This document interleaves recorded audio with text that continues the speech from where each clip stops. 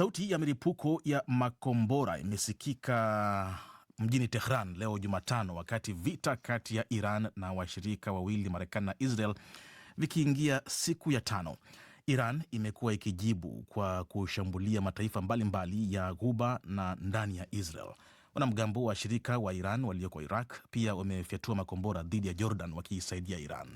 Yote hayo yanashuhudiwa katika wakati Tehran inajiandaa leo jioni kuanza kipindi cha siku 3 cha maombolezo kabla ya mazishi ya kiongozi wa juu zaidi wa nchi hiyo Ayatollah Ali Khamenei aliyeuawa na Marekani. Mengi zaidi anaarifu Saumu Mwasimba.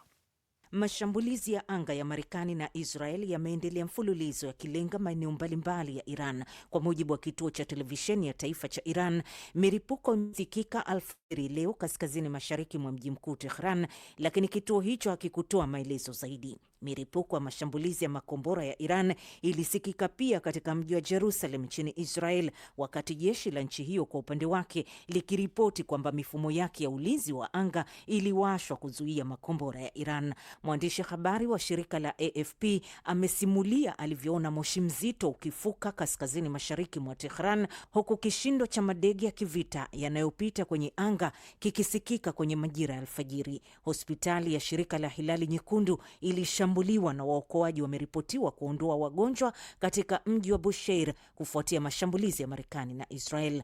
Hospitali hiyo ya magharibi mwa Iran imeharibiwa kwa mashambulio ya anga yaliyofanywa jana. Katika kile kinachoonekana ni kuongezeka kwa mapambano, hivi leo Jumatano, jeshi la walinzi wa mapinduzi ya Iran limesema limedhibiti kikamilifu hivi sasa mlango bahari wa Hormuz, hatua ambayo imetangazwa baada ya rais wa Marekani Donald Trump kunadi kwamba jeshi la wanamaji la Marekani liko tayari kuzisindikiza meli kupita kwenye eneo hilo. Ikumbukwe kwamba jana jeshi la kimapinduzi la Iran liliweka wazi kwamba meli yoyote itakayobutu kupita eneo hilo itaripuliwa. Tehran imenadi kupitia kituo chake cha televisheni kwamba imefyatua makombora 40 ya masafa ya kati, ikiyalenga maeneo kadhaa yanayofungamanishwa na jeshi la Marekani katika eneo la Mashariki ya Kati.